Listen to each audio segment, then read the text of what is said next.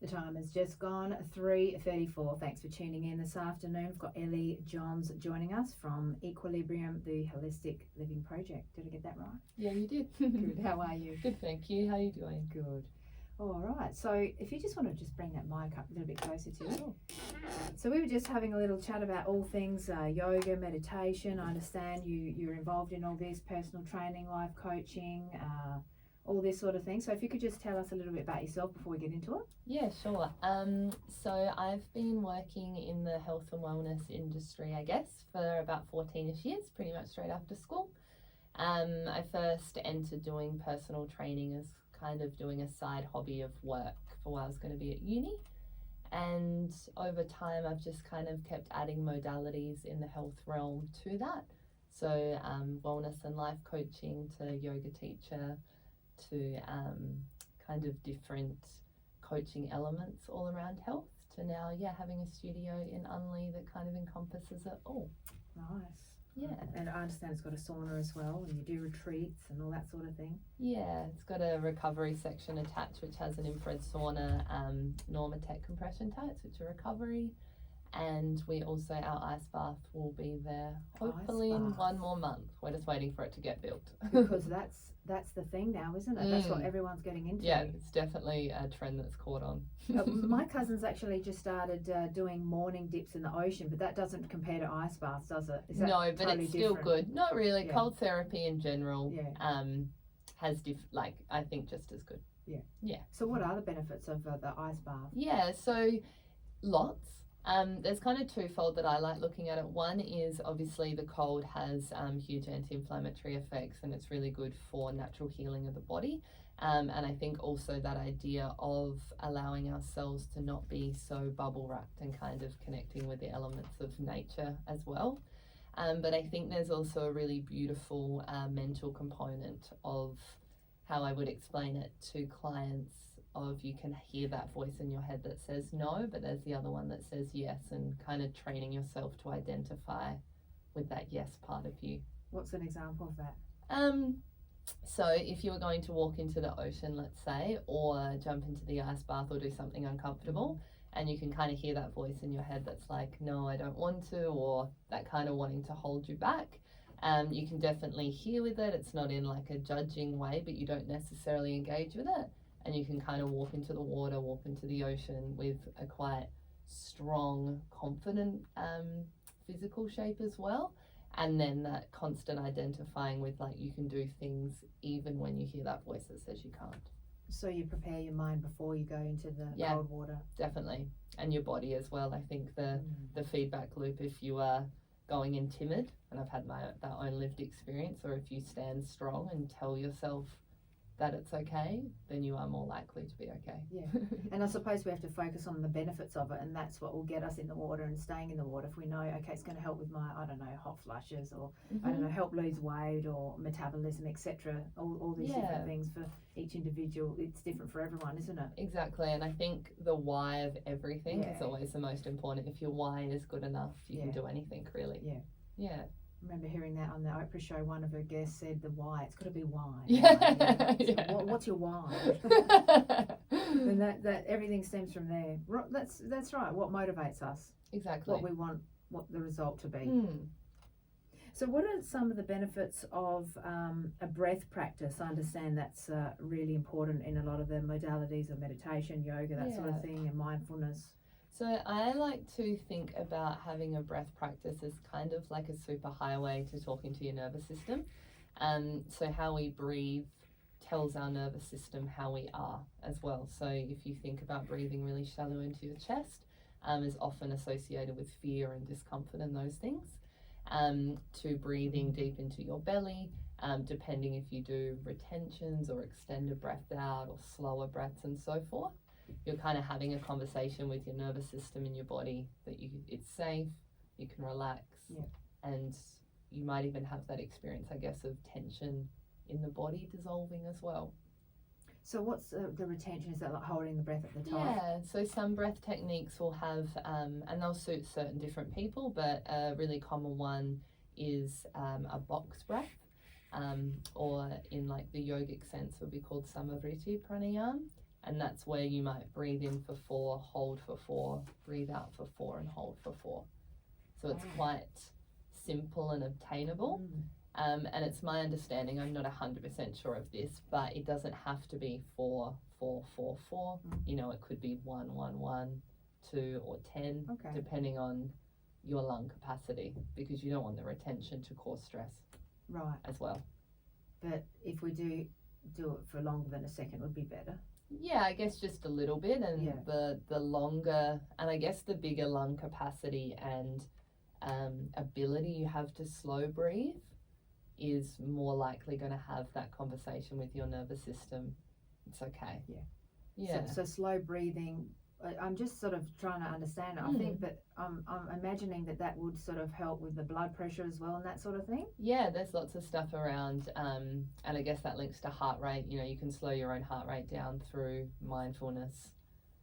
You could call it meditation, and breath linked. There's lots of stuff out there of how people have even warmed themselves up with their practices. So if they... The body temperature? Yeah, so sitting outside with not much clothing on, and through mental awareness, through breath control, through mind control, can increase.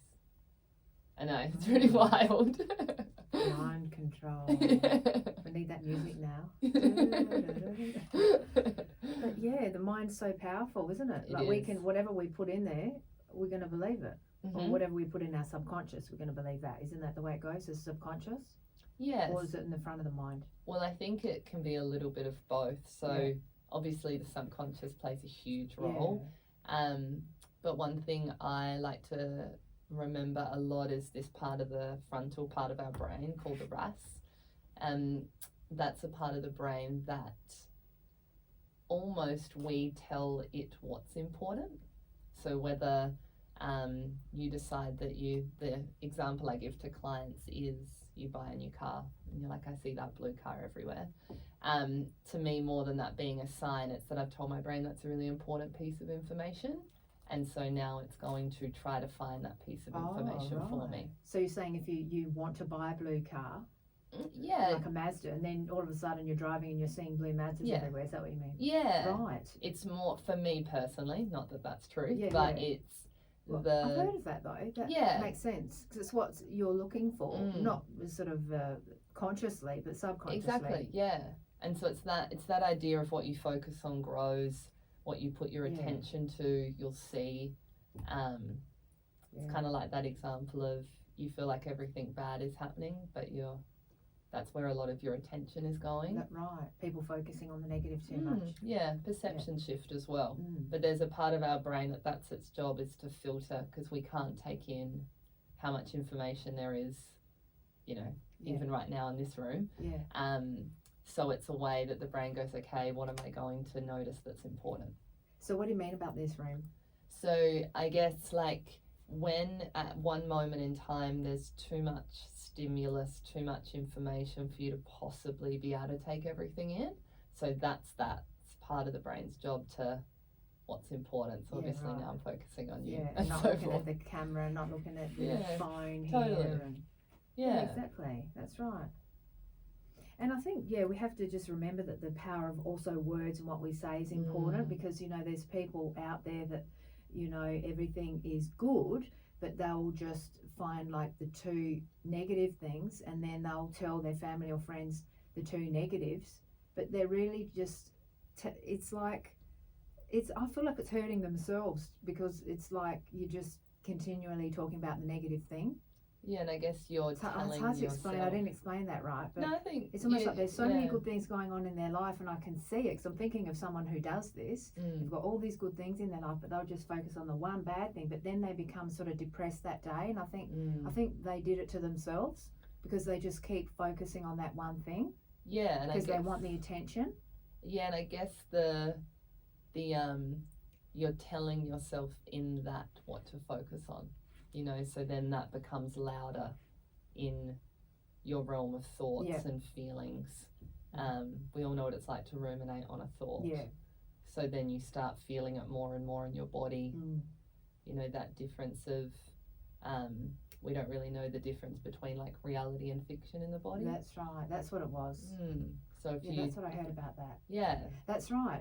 So the mind, when someone's talking negative about their life, their mind, their subconscious believes it because the subconscious doesn't know truth or a lie. Yeah, doesn't know if we make the story up. But you can have something occur in your head.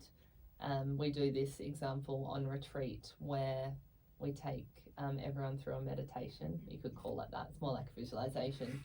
And really what we do is we just ask them to relax, and then we talk them through cutting a lemon, opening the lemon, smelling the lemon, and then biting it. Obviously they're doing this in their mind, and the overwhelming response is everyone salivates.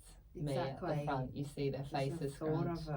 And so that's that. For me, that's a really easy example of that, like mind-body connection of I can have an experience in my head and there will be an experience in my body. It's not that I'm actually eating the lemon. It's pretty cool. So that's powerful when we go on in our daily lives, and people don't want people to sort of bother them or affect them because, right, we're always interacting with other humans. That's what it is to be human. We're always communicating with people. There's things that happen. There's good things and not so great things. So if we know that and have that sort of power to understand that sort of knowledge, not power, wrong word, we can sort of not get affected by things. We've got a choice in everything. And I think that's the thing, right? It's the choice. Yeah. And it's not like you don't have bad days. It's not that bad things don't happen and everything's rainbows and butterflies. But when you kind of take that responsibility of you always choose how you feel, it's quite a big onerous, I think. It can feel a lot of like initially, but living your life through that lens, it means that, you know, you can't upset me or you can't hurt me or it's not your fault I'm upset. It's more how I choose to react, how I choose to feel.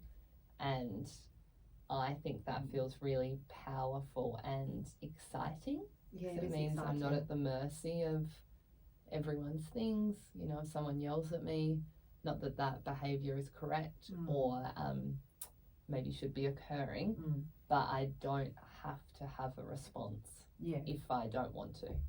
Yeah, and to recognise it's not personal as well. Because a lot of people take things personally, like, oh, they said that, they raised their voice, that's personal. But no, they chose to raise their voice, they raised their voice, let them raise their voice. They're allowed to do that, and they're allowed to have a go at someone. They're allowed to do whatever they want. And then we choose, do I want to get annoyed with that or not? Yeah, and normally it's nothing to do with you. Exactly. Maybe they've got other stuff going on, or who knows. Yeah. Gee, humans are complicated. They are. But, I mean, that's why people do all these things like yoga and meditation and mindfulness. And you said something else. Would you say visualization? Yeah. So that's sort of... Yeah, it all kind of goes under, for me anyway, I think that's kind of how I look at things.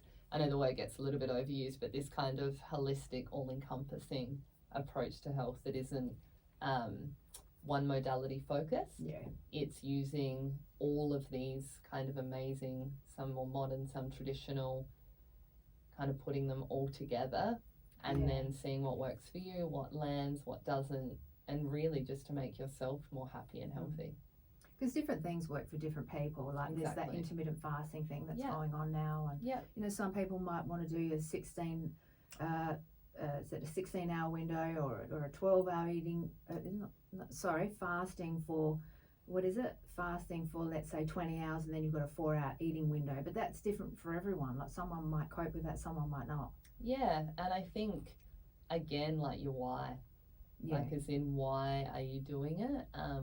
What's going on with your health and your well-being, or are you in that kind of preventative medicine phase, or is it a reaction to an illness or some disease in the body? I think, what navigates the choice is why, but I think being open to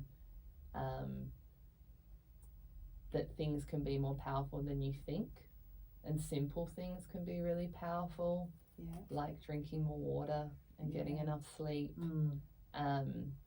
And the effects, quite profound effects those things can have, you know, if rather than our conditioning, we really like to pick on one thing and that's what's wrong and that's what we need to fix, as opposed to looking at kind of the whole ecosystem and being like, how can we create more balance? Because that's what the body always wants to do. It always wants to come back to equilibrium. That's its thing. And it's always trying to heal, never stops.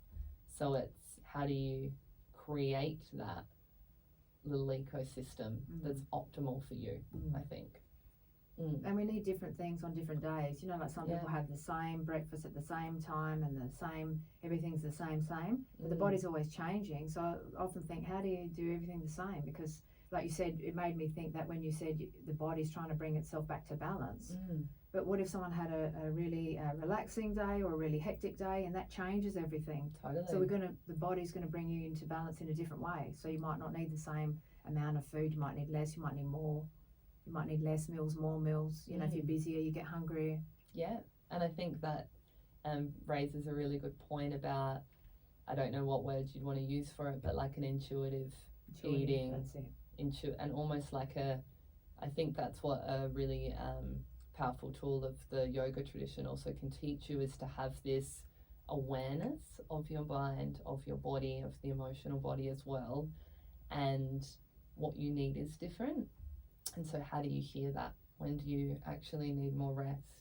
When do you need to exercise more intensely? When do you need to fill your social cup? When do you need to abstain from eating? When do you need to eat a little more because you're moving more?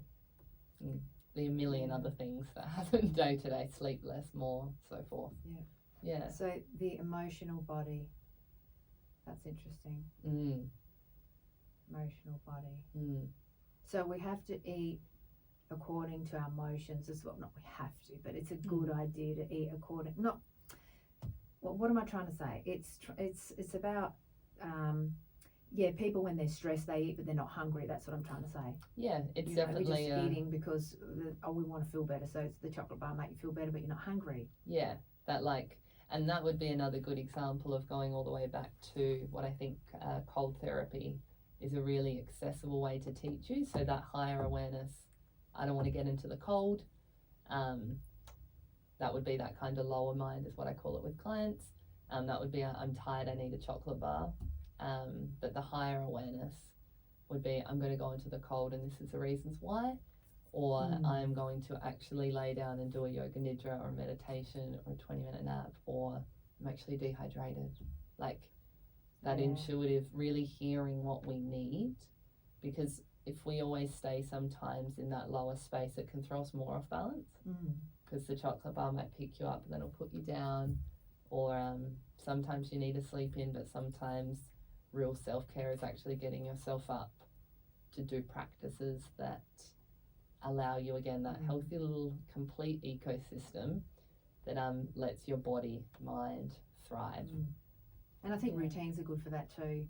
Totally. You know, like we're routine people say it's good to have a routine, because sometimes people, if on a day off or on the weekend, if they've got nothing to do, they sort of get up and it can be a bit sort of overwhelming. Or what do I want to do with my day? And then the thoughts sort of come in, start thinking. Certain thoughts might get a bit negative. So at least if people have got a routine, like I have a cup of tea, then I do some stretches, then I water the plants and look at the birds in the morning, that sort of thing. Like someone I was speaking to recently wakes up really early when the birds are getting up, and even that's just an amazing time and healing.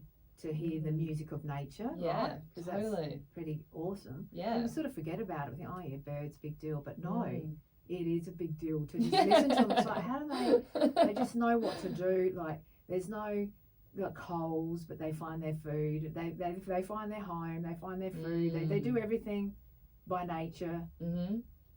They don't have to go shopping. Well, they do go shopping for things on the earth, but everything works. How do they know? Like, there's such intelligence in nature. Of course. Something that I think is very, very overlooked. I think nature and your connection with is its whole own pillar of health. That's another thing we teach on the retreat as we go through them, that connection to. You can use your sleep cycles, a really accessible one, I think. The hormone levels and reactions when we wake up and go to sleep in relation to the sun, with daylight savings being now, everyone feels that, or maybe not everyone, but I personally really feel that change of just an hour.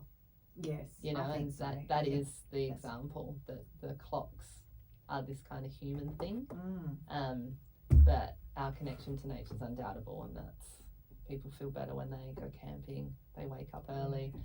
All those little things, I think, are nice little messages that remind us. People feel good in the forest, they love being at the beach, a lot of holidays are centered around nature. So should we be going to bed when it gets dark and waking up when the light's coming? Yeah. Isn't that what we should do? Like, so that means what, we'll go to bed at like 6 o'clock at night and wake up at 5 So in the morning or something? it's I think more, and again, don't quote me on this, I haven't read on it recently, but that as the sun's going down, that's when like hormones are let off to say, hey, it's time to start winding down.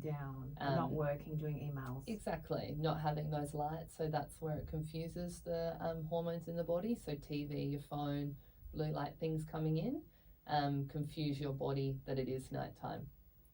So that's start kind of the hormones to start winding down. I call them like do yinny things, not like a lot of cognitive load. Did you say yin? Yeah. Right, what's that? I mean, we know, but for the listener. Yeah, so I always kind of explain things as yin and yang. So we know your yangs, you're like up, dewy, kind of in the morning, that kind of thing. And yin's that kind of winding down, resting, preparing, I guess, for bed. And then as the sun kind of comes up, naturally people wake up when if they slept without curtains. Yep. The light comes in, it naturally wakes us up. So again, that little intelligent connection with nature, I think. So we've all got our blinds down. Maybe we should have blinds, like maybe if we get up at, how should we do it? And get up at 3 in the morning to go to the bathroom and then open the blinds or something? And I guess some people sleep with no blinds. I've definitely had periods of my life where I've had like a skylight in my room. And then that's your natural alarm. Unless you're really tired, you might still sleep through it. Have you got one? No, but a house I did a few years ago. That's cool. Yeah, it's not great if you want to sleep in occasionally. I suppose people have those blinds that they can pull over if they want it darker. Yeah. See, that was a thing years ago, wasn't it? I wonder if houses, that's just a side note now, I wonder if houses do have them built in, because that was a thing from like 30, 40 years ago, houses had them, even way back further. Yeah. But I wonder if modern sort of homes build do. Maybe. Because that's interesting. That would be great to have that in the bedroom. Because then there is that, again, your connection with nature, like you're listening to your body as the light comes in and seeing that. It's a beautiful way to wake up. Yeah, absolutely. Yeah. Oh, okay. So asana, I've just got a note here, physical practice with huge physical benefits. Asanas, that's a yoga pose, is it? Yeah, so like what most commonly, I guess, in Adelaide, if you went to a yoga class, you're going to do asanas. So they're the shapes we make with our body. Yeah. And that's our probably most accessible path to yoga, I think, especially in the West, which has tremendous benefits. Again, there's elements of mind training. In those kind of classes, you would do breath control. There might be mindfulness component in how you place your body in time and space. And you're definitely going to get stronger, more mobile, and all those kind of nice byproducts of the practice as well. And does yoga and all that sort of thing help with, like, as people age, with the calcium in their bones and their bones thinning and getting stiffer? You know, you hear people saying as they get older, arthritis, getting stiffer. Will that all help? Yeah, so in relation to bone density, the research is really heavy around resistance training. So that body weight's amazing for that always and forever. But there would also be research around actually lifting weights. So, you know, your barbells, dumbbells, that kind of thing in a gym. You can obviously do it at home as well. But yeah, I think in relation to age and mobility, this was something I was taught when I first started, so I'm not sure if the information has changed. That's a little while ago. But I was always kind of taught that flexibility or mobility, whatever words you want to use, you don't actually just lose that with age. It's something that you lose because you don't use it. So if you think about how children play as opposed to how adults sit for long periods of time, that natural progression, as opposed to if you have a practice where you take your body into all different ranges, different angles, different poses, different shapes, that you'll be able to maintain that. It's not like you don't just lose it because you get old in quotations. Yeah. You lose it because you're not doing that. So you stop taking your butt to the floor, for example, so you can't sit down, or you stop getting up and down without your hands is a really big one as people get older, is to be able to get up and down off the floor without assistance. So if you do things like that, and even like people try to, you might lean onto a bench or need help. Where it would be my belief that if you always train to that every day, then your legs would keep doing that for as long as you're alive. It's more we stop doing, which causes our bodies, I think, to get tighter. Yeah, we've got to keep moving. Definitely. Absolutely. All right. Anything else? Well, just before we finish off, what about some little, I don't know, food tips, diet tips? Some people say have fruit, others say don't have fruit. You see all these people on Instagram, all these healthy people saying they are fruitarians and they're having these fruit juicing things and it's cleansing. I tend to believe that. And then fruit's demonized more in the mainstream medical sort of profession. Like it's going to give you sugar diabetes, it increases your sugar, but it's the natural sugars. It's very hydrating, like watermelons are 98% water. So I think for me, if you are, let's say, well already, so in like the preventative realm, not if you've got an illness, that can kind of be a different kettle of fish, but keep it less complicated. Eat real food. Whole eat food, eat real food. Don't overeat. Enjoy your food. Don't allow it to be of restriction. Eat less things out of packet. I think it can be less complicated. And again, personal view, but it's not fruit and veggies that are making people sick. No. So I think that kind of, again, trying to hyper focus on one element, we don't need to demonize anything. It's just like eat real food. I like to say mostly plants. Don't overeat, and let it be much less complicated. Don't overeat. Right.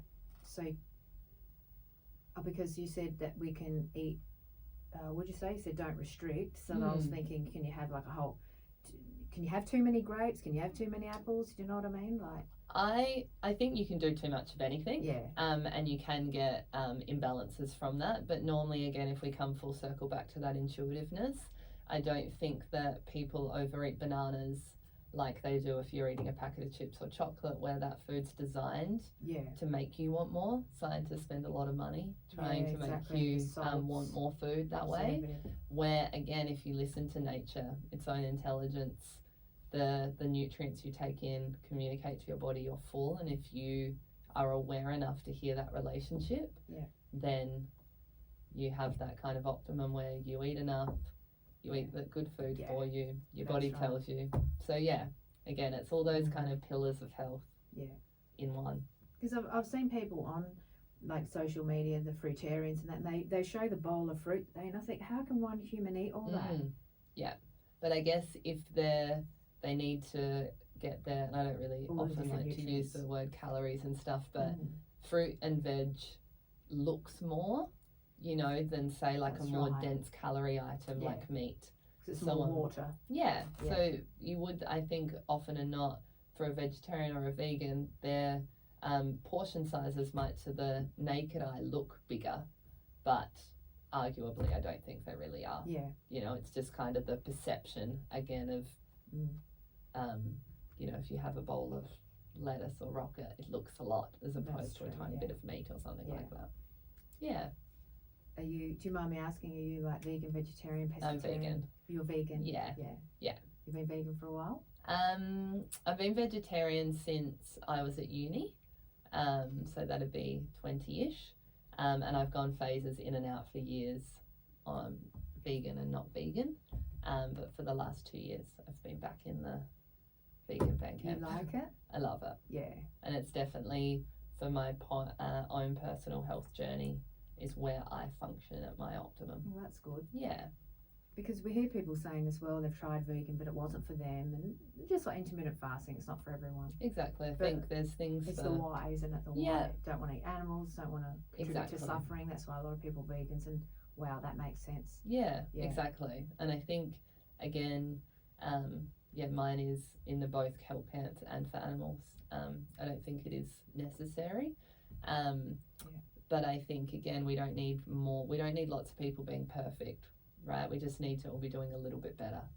So That's even right, not that's having true. to put yourself in a camp and say, this is what I am, but say eating more fruits and veg, eating more plant-based orientated Yeah. meals. Who cares what you do occasionally? The Yeah. occasional isn't the determining factor of your life. It's what you do consistently and often and big chunks of every day. A lot of people are moving towards plant-based, so there's a movement, isn't there? There is. For sure. Yeah. We see it everywhere. I think Aldi, I saw something even today.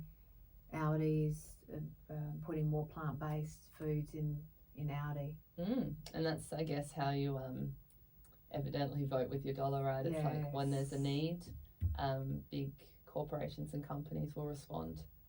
So it's definitely more accessible than when I was 20. It's interesting times. I think it's good times to be alive. You know, there's more awareness, there's more knowledge sharing. You can find things out. Totally. Easy. Lots of platforms to share and hear information. It can confuse us too. And that's that complicated, I think, of putting things down to, oh, this is the one thing I can't do, or sugar's bad, or fat's bad, or fruit, or whatever.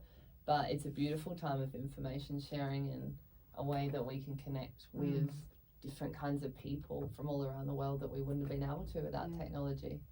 So it's definitely a benefit. Yeah, what is it, glass half full, half empty? Because, you know, we always say, oh, it's too much info, which there is, but we've got to look at the benefits. Like I was saying to my husband recently, we can find anything out at any time. Like when I was a kid, I'd say to my mum and dad, oh, what's this, what's that? Dad would say, go next door, and we had a room next door to the kitchen where we had the Encyclopedia Britannica. They'd say, go next door and go open up the Britannica, and I'm like, oh.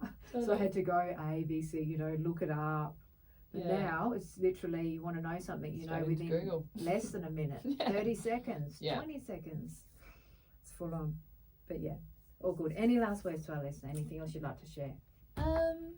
I think just don't take it all too seriously and make good choices. And I think always remember what you do now for your health is what you get the benefits or not when you're older. You know, I think stepping into a preventative health space, I think it would be a really beautiful way, and where I'd like to see kind of the health and wellness space go as more preventative than reactive. Yeah, perfectly said. Yeah.